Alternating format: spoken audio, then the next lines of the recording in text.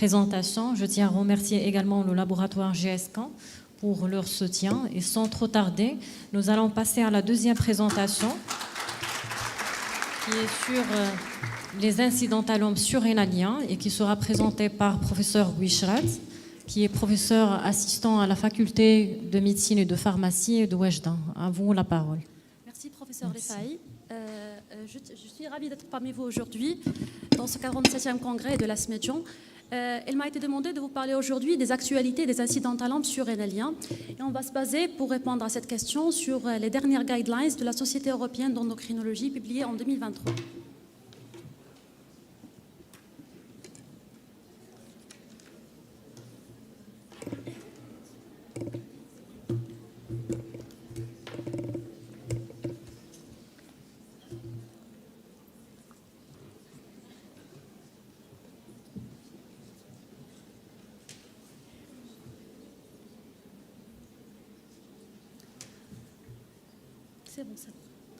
Avant d'entamer notre présentation, il faut savoir tout d'abord c'est quoi un incidentalampe surrénalien.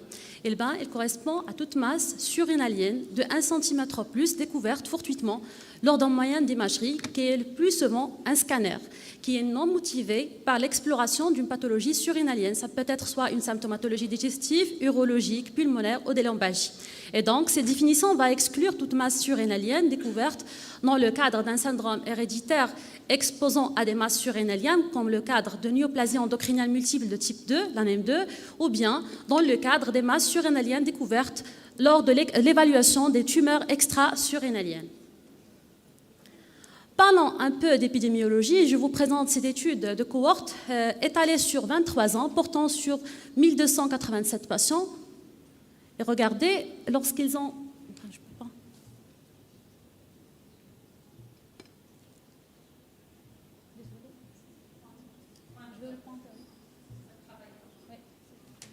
Lorsqu'ils ont analysé l'incidence, elle a évolué selon une courbe en cloche. Elle a passé de 4,4 à 47,8 et cette augmentation était parallèle à l'augmentation de l'utilisation des moyens d'imagerie comme vous voyez en courbe en rouge.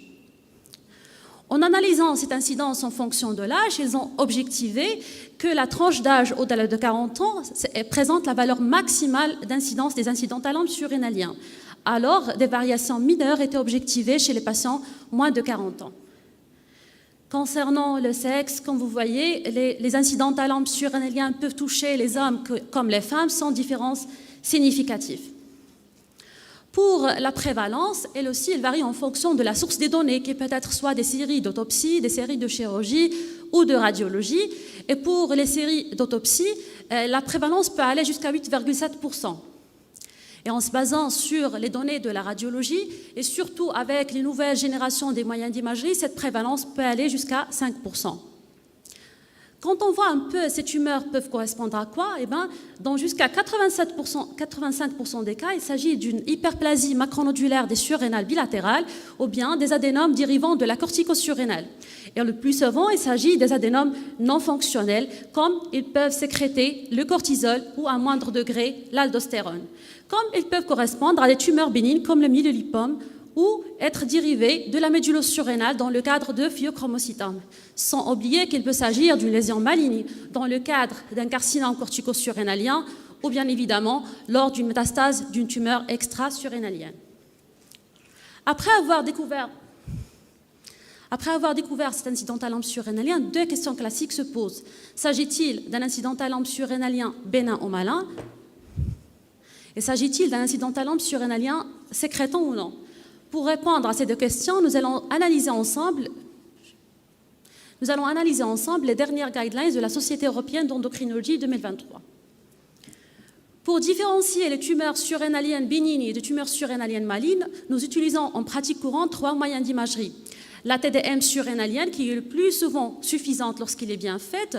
Nous avons rarement besoin de compléter par une IRM surrénalienne et exceptionnellement, on utilise une tomographie par émission de positons.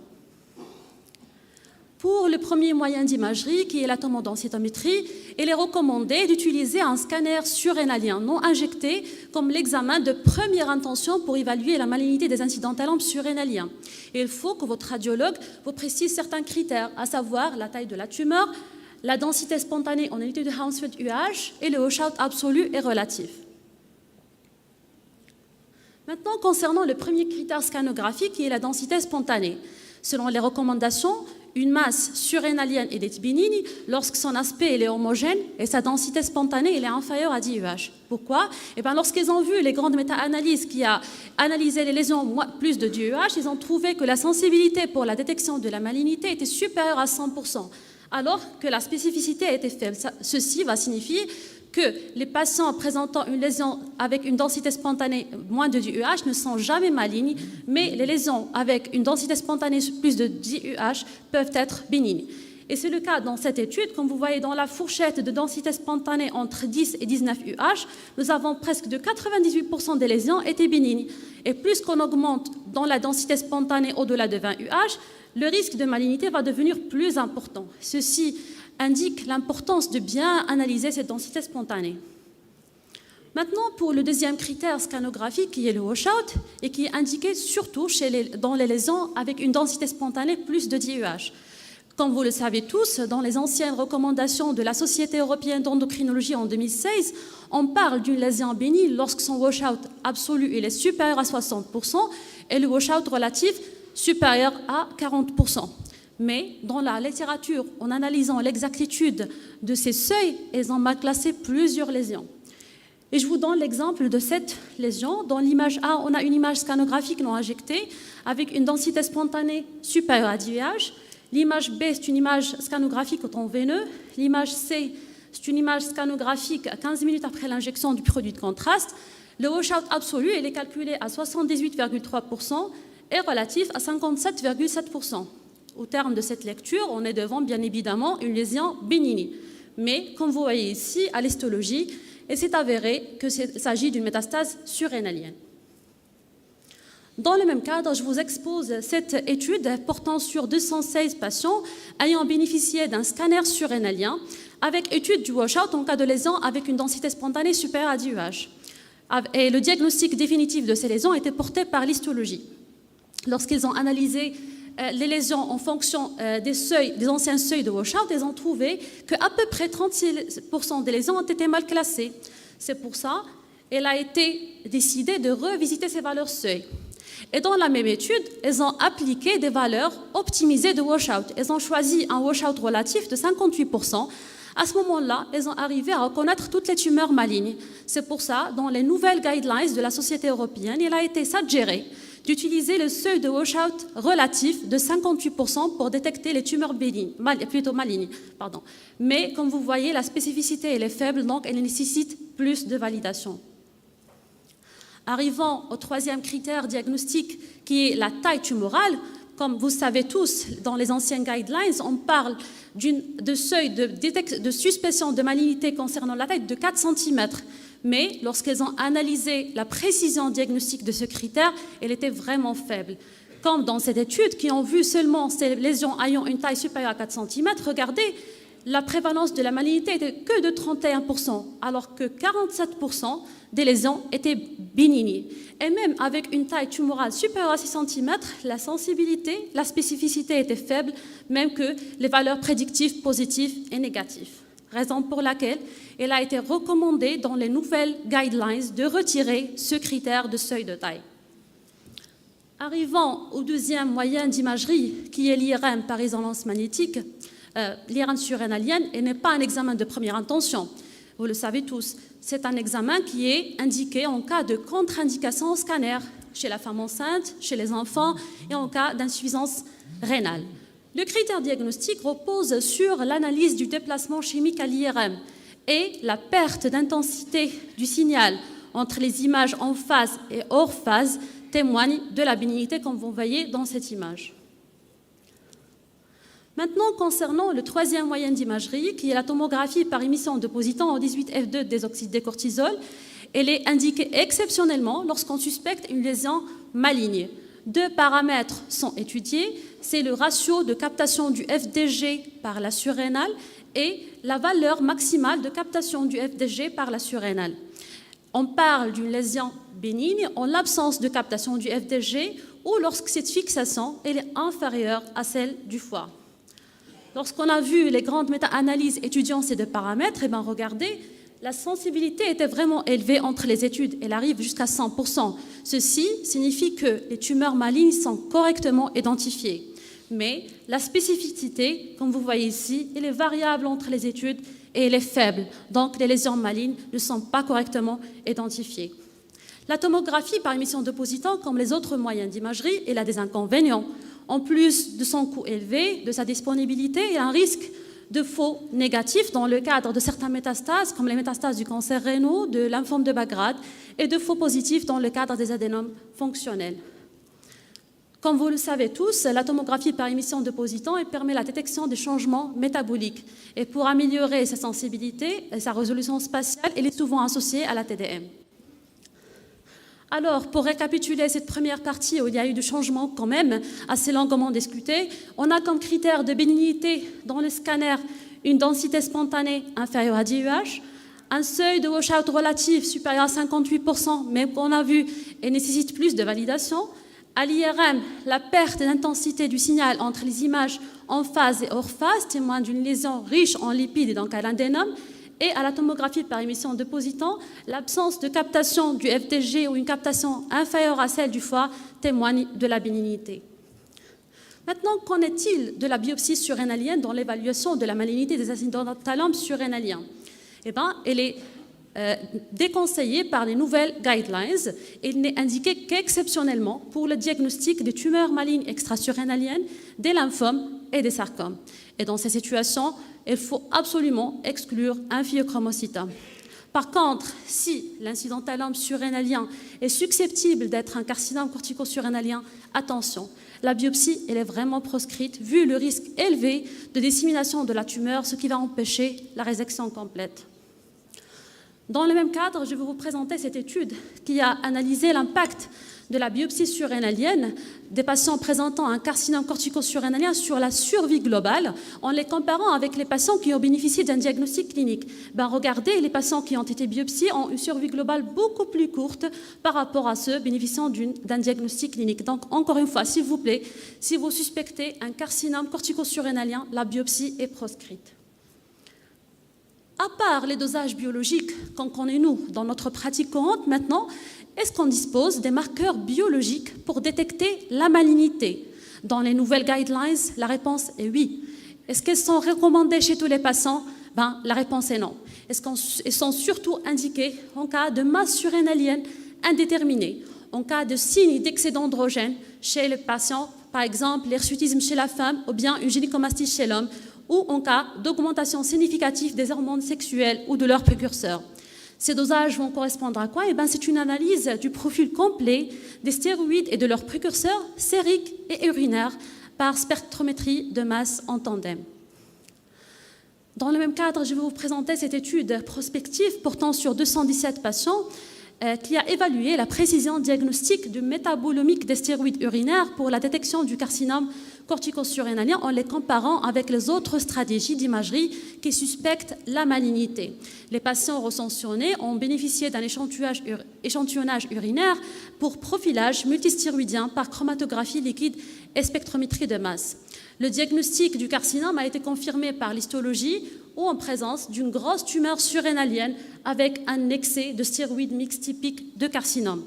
En analysant les données, regardez, en comparant les résultats de métabolomique des stéroïdes urinaires avec une taille tumorale supérieure à 4 cm et les autres caractéristiques d'imagerie suspectant la malignité, le risque de faux positif qui est illustré ici en bleu clair est plus faible par rapport aux autres stratégies diagnostiques.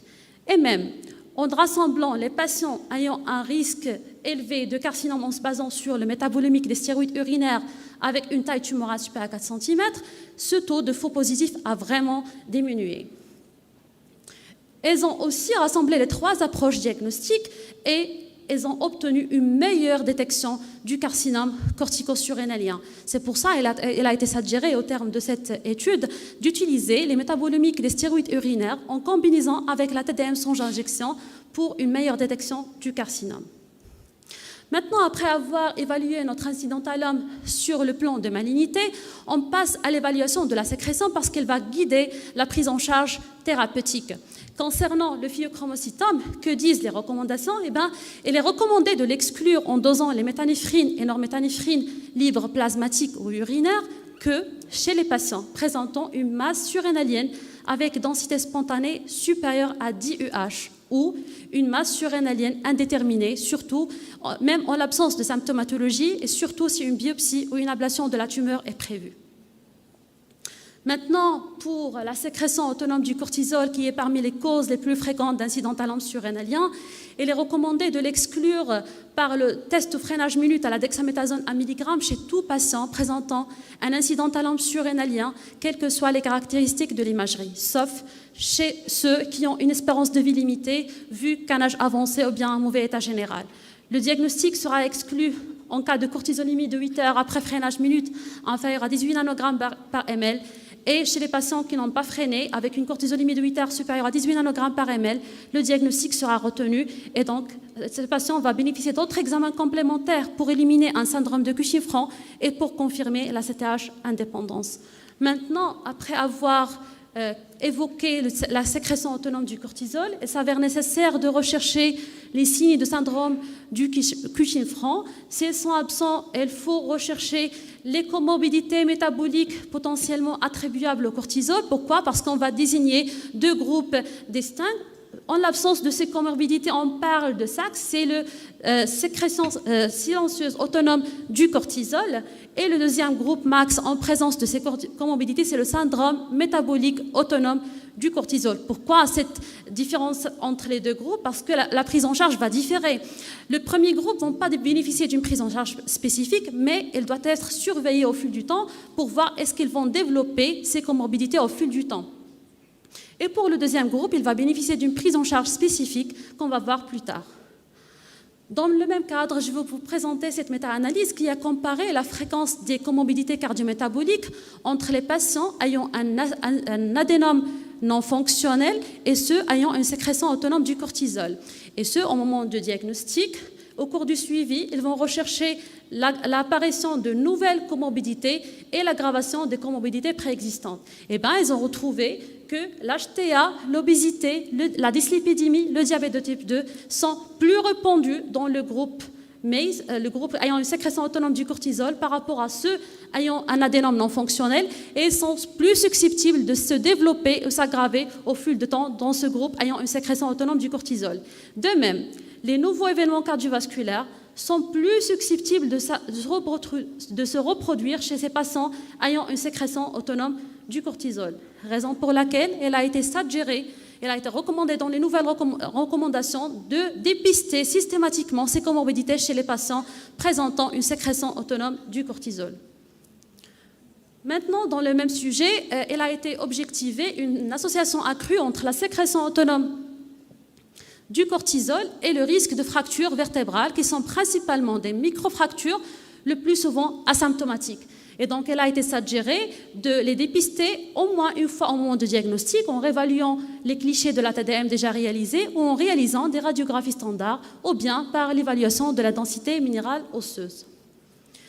La question qui se pose toujours chez ces patients ayant un incidentalum surrénalien qui sont asymptomatiques et qui n'ont pas freiné, est-ce qu'ils présentent un risque d'évolution vers un syndrome de Cushing-Franck? Lorsqu'ils ont vu les grandes méta-analyses qui ont suivi ces patients au fil du temps, ils ont trouvé que la réponse elle est presque zéro. Pourquoi? Parce que le risque elle est inférieur à 0,1%. Quant à l'hyperaldostéronisme primaire, il est recommandé de l'exclure par la mesure du rapport aldostérone-surrénine pour les patients présentant une HTA concomitante ou bien une hypocalémie inexpliquée. Après avoir évalué notre incidentalum sur les deux volets de malignité et de sécrétion, je veux tirer votre attention à un cas particulier d'incidentalum surrénalien bilatéraux. L'évaluation de la malignité elle est la même par rapport à l'incidentalum surrénalien unilatéral selon le même protocole d'imagerie. Et dans ce cas, on peut distinguer 4 situations d'imagerie pour guider la prise en charge diagnostique. On peut être devant une hyperplasie bilatérale des surrénales, des adénomes surrénaliens bilatéraux, 2 masses surrénaliens morphologiquement similaires qui sont dans ce cadre des métastases surrénaliennes, ou bien deux masses surrénaliennes morphologiquement différentes. Dans ce cadre, il s'agit à droite d'un adénome surrénalien, à gauche d'un phéochromocytome. Quant à l'évaluation de la sécrétion hormonale, elle aussi elle est identique à l'évaluation de l'incident talent surrénalien unilatéral. Cette sécrétion peut provenir d'une lésion ou être bilatérale, comme elle peut être identique entre toutes les lésions ou différente. Vous pouvez trouver une lésion qui sécrète le cortisol et une autre qui sécrète l'aldostérone, par exemple. En cas d'hyperplasie bilatérale des surrénales, sans sécrétion autonome du cortisol, il faut doser la 17-hydroxyprogestérone pour éliminer une hyperplasie congénitale du surrénal sur déficit en 21-hydroxylase. Il est recommandé aussi, en cas de métastase bilatérale, de lymphome, de maladies inflammatoires infiltrantes ou d'hémorragie, d'évaluer le risque d'insuffisance surrénalienne par le dosage de la cortisolémie de 8 heures et en fonction de résultats, de compléter par la CTH ou le test osinactène. Arrivant au chapitre de prise en charge thérapeutique, commençant par l'incident talent surrénalien non sécrétant, il est recommandé de ne pas opérer les patients présentant un incident talent surrénalien asymptomatique, non fonctionnel et bénin à l'imagerie. Je vous rappelle, bénin homogène et densité spontanée, moins de 10 UH. Mais en cas de tumeur qui exerce un effet de masse, et l'exemple type, c'est le myélolipome, qui est, comme vous connaissez tous, c'est une tumeur qui est bénigne, de grande taille, et qui augmente progressivement du volume. À ce moment-là, il faut réaliser une réunion de concertation pluridisciplinaire pour décider la chirurgie chez ces patients, vu que le seuil de la taille n'est plus une indication chirurgicale. Maintenant, pour l'incident talent surrénalien sécrétant. La surrénalectomie est le traitement de référence dans ce cadre d'incidentalome. Elle doit être réalisée dans un centre spécialisé et par un chirurgien qui est expérimenté dans ce type de chirurgie. Pour ces patients qui vont être opérés, quel type de chirurgie à préconiser pour chaque patient? Pour les patients présentant un incidentalome surrénalien suspect de malignité, sans invasion locale, avec un diamètre moins de 6 cm, il est recommandé de réaliser une surrénalectomie mini-invasive. Pourquoi? Parce qu'elle va raccourcir la durée du séjour et s'accompagne de moins de douleur. Mais elle doit être réalisée sans rupture de la capsule tumorale parce qu'il a un facteur de risque de récidive. En cas d'invasion locale, la surrénalectomie ouverte, elle est recommandée. Maintenant, qu'en est-il de la prise en charge des incidents talent surrénaliens avec syndrome métabolique autonome du cortisol? La prise en charge doit être individualisée et discutée en réunion de concertation pluridisciplinaire. En cas d'indication chirurgicale, une surrénalectomie unilatérale doit être réalisée et doit être selon une approche mini-invasive. Pourquoi? Parce que les tumeurs sont le plus souvent de petite taille. Chez ces patients qui vont être opérés, il faut les mettre sous hydrocortisone en période pré- et périopératoire. Et je veux tirer votre attention dans ce cadre de visualiser la surrénale contralatérale qui est le plus souvent atrophique et qui va aggraver plus le risque d'insuffisance surrénalienne. Chez ces patients qui ont été mis sous hydrocortisone, elle doit être maintenue en période post-opératoire jusqu'à une nouvelle réévaluation par leur endocrinologue. Maintenant, pour les patients qui n'ont pas été opérés, qu'il faut faire. Donc, il est recommandé qu'aucun contrôle d'imagerie ne doit être réalisé en cas d'incident talent surrénalien d'aspect bénin et donc homogène avec une densité spontanée moins de 10 UH. Pourquoi? Parce que lorsqu'ils ont suivi ces patients pendant une longue durée, ils ont trouvé qu'aucune de ces lésions ne s'est transformée en carcinome cortico-surrénalien. Pourtant, pour l'incident talent surrénalien non opéré d'aspect indéterminé qui est défini, comme vous voyez ici, par un aspect homogène avec une taille moins de 4 cm et densité spontanée entre 11 et 20. Donc, dans ce cas, un contrôle d'imagerie dans 6 à 12 mois est recommandé. Pourquoi? Eh bien, pour exclure une croissance significative qui va indiquer la chirurgie chez ces patients. En l'absence de cette croissance significative, un nouveau contrôle d'imagerie doit être envisagé dans 6 à 12 mois. Maintenant, pour l'incident talent surrénalien d'aspect malin à l'imagerie, qui est défini par une densité spontanée supérieure à 20 UH, ou une densité spontanée entre 11 et 20 avec une taille tumorale supérieure à 4 cm. Dans ce cas, une réunion de concertation pluridisciplinaire doit être entretenue pour décider une prise en charge chirurgicale immédiate ou bien la réalisation d'un PET scan. En cas d'absence de réalisation de prise en charge chirurgicale ou si le PET scan est négatif, un contrôle d'imagerie doit être préconisé dans 6 à 12 mois. La question qui se pose toujours, est-ce que ces patients ayant un incident thalame surrénalien, bénin, asymptomatique, qui sont non fonctionnels au départ, présentent un risque d'une nouvelle sécrétion hormonale au fil du temps?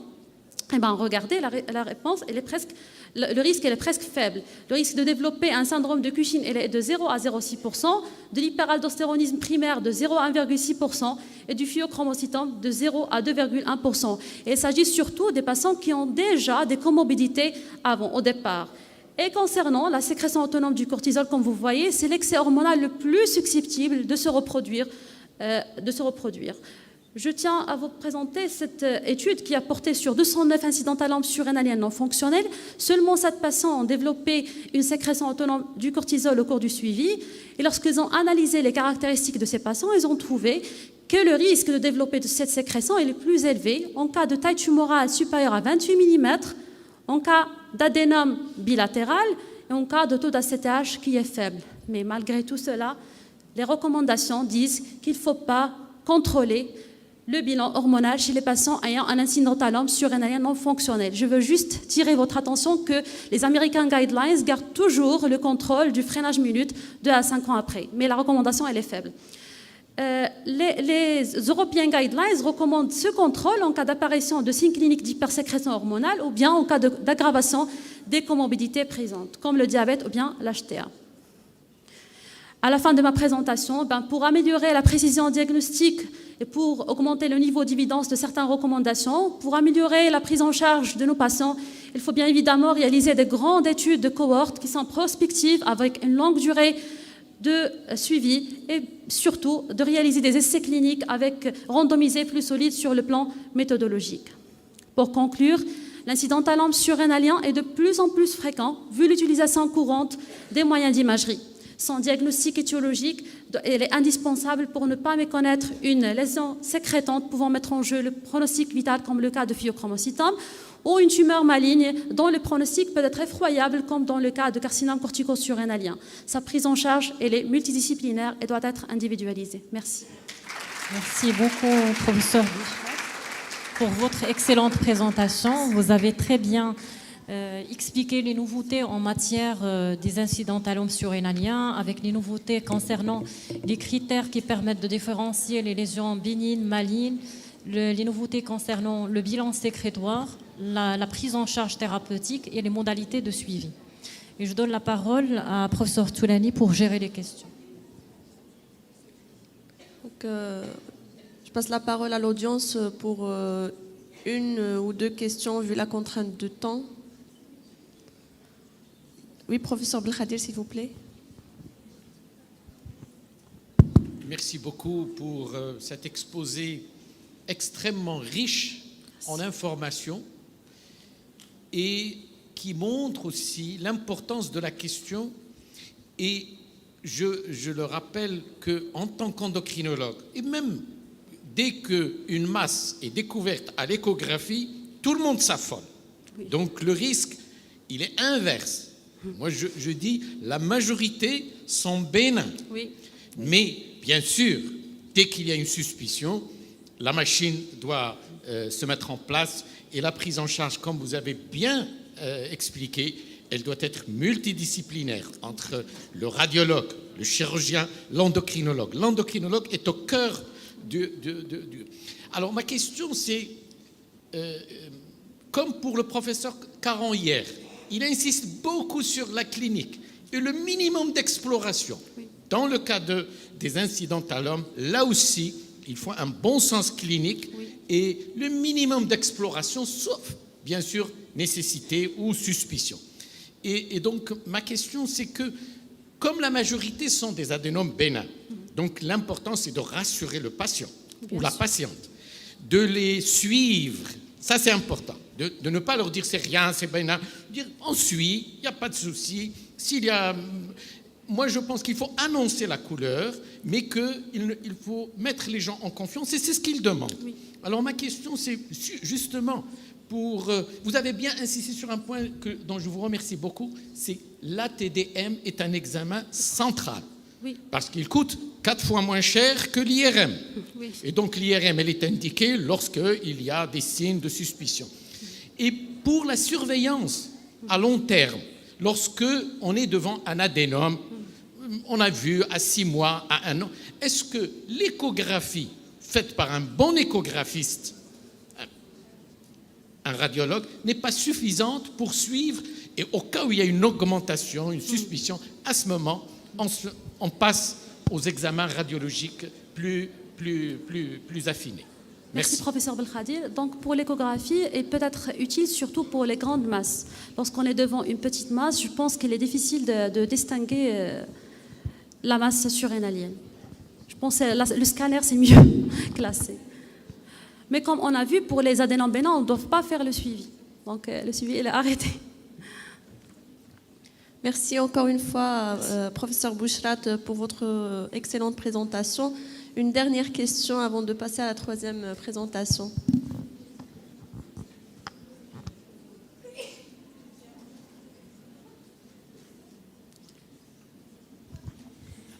Bonjour. En premier, je tiens à vous remercier pour cette présentation brillante concernant les incidents talons surrénaliens. Ma question sera posée surtout pour les incidents talons surrénaliens non sécrétants. Vous avez parlé que la taille n'est plus un critère pour une prise en charge chirurgicale, et pourtant dans une diapositive qui parlait des incidents talons de taille limite ou de caractéristiques scanographiques limites, notamment unité de Hounsfield entre 11 et 20. Vous avez parlé qu'une taille qui augmente de 5 mm annuellement, on passe directement à la chirurgie. Non, 20% du volume avec 5 mm du grand diamètre. Les deux critères ensemble. On passe directement à la chirurgie, même si après une réunion de concertation pluridisciplinaire, bien sûr. C'est une indication à la chirurgie, mais après une réunion de concertation pluridisciplinaire. Mais c'est une indication à la chirurgie. Merci. Donc, sans trop tarder, on passe à la troisième présentation et j'ai l'honneur de présenter